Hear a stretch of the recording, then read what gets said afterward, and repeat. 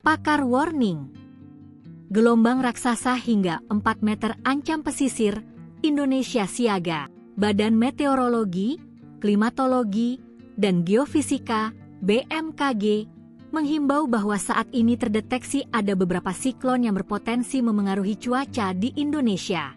BMKG dalam keterangan tertulis yang dikutip Senin, 15 Desember 2025, meminta masyarakat pesisir dan pelaku aktivitas pelayaran agar meningkatkan kewaspadaan karena gelombang sangat tinggi dengan ketinggian 2,5 hingga 4,0 meter berpeluang terjadi di Laut Natuna Utara. Peningkatan gelombang ini dipicu oleh keberadaan siklon tropis Bakung yang terpantau di Samudra Hindia Barat daya Lampung, serta bibit siklon 93S di Samudra Hindia Selatan Jawa Timur.